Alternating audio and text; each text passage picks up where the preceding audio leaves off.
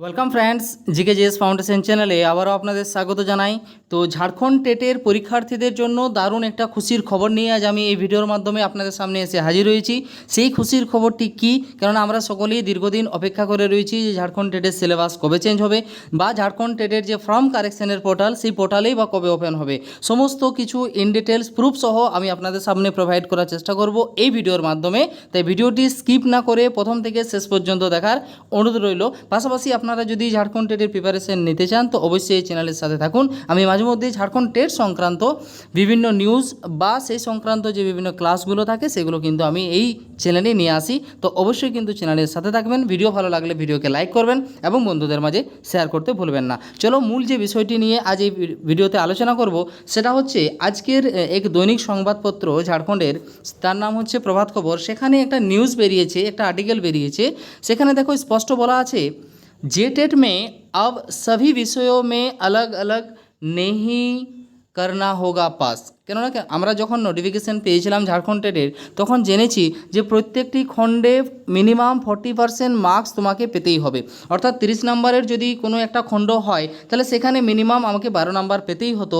এই প্রাবধানটি কিন্তু ছিল এবং সে নিয়ে বিস্তর আলোচনা, বিস্তর কিন্তু সমালোচনা হয় এবং তাতে কিন্তু জ্যাক ফাইনালি জানিয়ে দেয় যে जेटेट में মানে এই যে সেকশনাল কাট অফ বিষয়টি ছিল, এই সেকশনাল কাট অফ বিষয়টি কিন্তু উঠে যাচ্ছে। পাশাপাশি পরীক্ষা के सिलेबस में भी बदलाव होगा, क्योंकि এখানে দেখো লেখা আছে সিলেবাস এবং প্রশ্ন की कठिनाई के स्तर में भी बदलाव होगा। চলো এখানে পুরো আর্টিকেলে কী কী লেখা রয়েছে আমি কিন্তু আপনাদের সামনে একটু পড়ে শোনাচ্ছি, তাই ভিডিওটা একটু মন দিয়ে দেখবেন।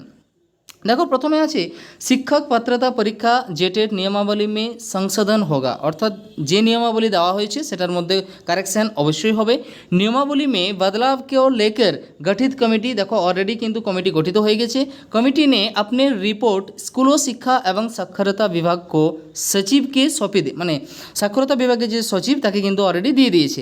कमेटी ने मुख्य रूप से অর্থাৎ প্রধানত নিয়মাবলী में दो बिंदुओं पर बदलाव की अनुशंसा কি है, অর্থাৎ যে কমিটি গঠিত হয়েছিল এই ঝাড়খণ্ড টেটের নিয়মাবলী বা নোটিফিকেশনের পরিপ্রেক্ষিতে যে এর মধ্যে কিছু সংশোধন করতে হবে কি না করতে হবে সে বিষয়ে সেই কমিটি তাদের রিপোর্টে দুটি বিষয়ের উপর তারা কিন্তু আলোকপাত করে। সেই দুটি বিষয় কি কি একবার জেনে নিই। যে कमेटी के अनुशंसा के अनुरूप अब अभ्यर्थियों को परीक्षा पास करने के लिए सभी विषयों में अलग अलग पास करने के आवश्यकता नहीं होगा, অর্থাৎ যে সেকশনাল কাট অফ থাকছে সেটা কিন্তু আর থাকবে না।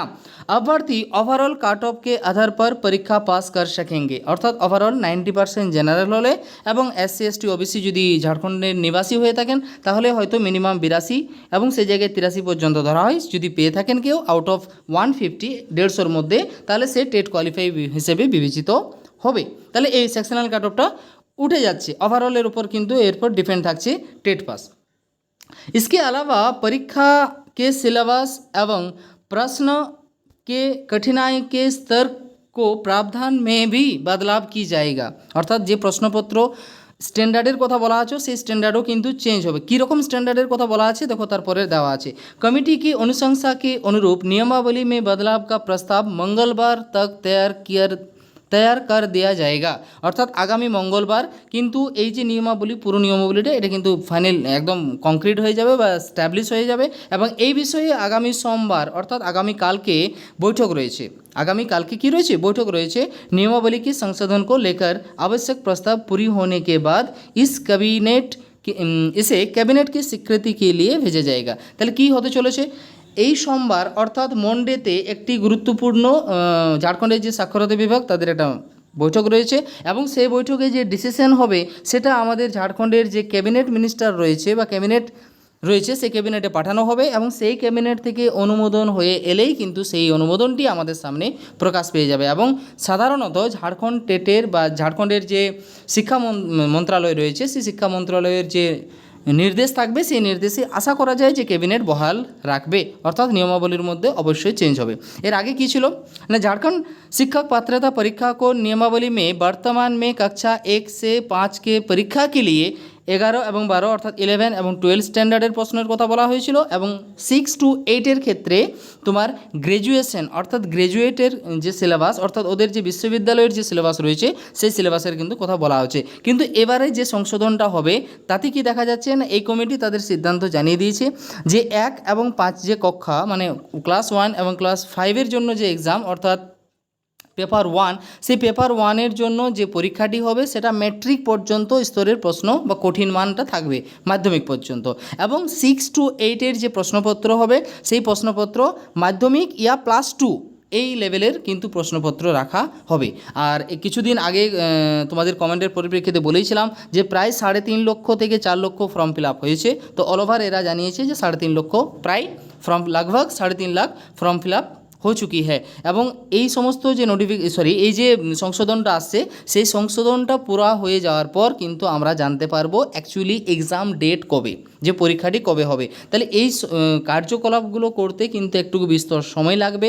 তো তার পরিপ্রেক্ষিতে বলি তাহলে স্যার এখন যে আমাদের ঝাড়খণ্ডের জেকের পোর্টাল সেটা ওপেন হচ্ছে না, কেন ওপেন হচ্ছে না? তার মূল কারণ হচ্ছে পুরো সিস্টেমটা চেঞ্জ হবে, তাই না? পুরো সিস্টেম চেঞ্জ হবে, নতুন নিয়মাবলী আসবে, তাই না? এবং সেক্ষেত্রে সংশোধন আসার পরেই কিন্তু আমরা কারেকশনের যে ডেট সেই কারেকশনের সুযোগ পাবো, অ্যান্ড কারেকশনের সুযোগ পর নতুন সিলেবাস আমরা নিশ্চয়ই হাতে পাবো, নতুন কোয়েশ্চেন প্যাটার্ন আমরা হাতে পাবো, যেখানে কিন্তু 40%-এর কোনো সেকশনাল কাটঅফের বিষয় থাকবে না, এবং দেন আমরা কিন্তু ফাইনালি এক্সাম ডেট সম্পর্কে জানতে পারবো। তো এই ছিল একটা ছোট্ট ইনফরমেশন। ভিডিওটি যদি ভালো লেগে থাকে, ইনফরমেটিভ হয়ে থাকে, অবশ্যই ভিডিওকে লাইক করবেন। ভিডিওটি শেষ পর্যন্ত দেখার জন্য আপনাদের অশেষ ধন্যবাদ। অবশ্যই চ্যানেলকে কিন্তু সাবস্ক্রাইব করবেন।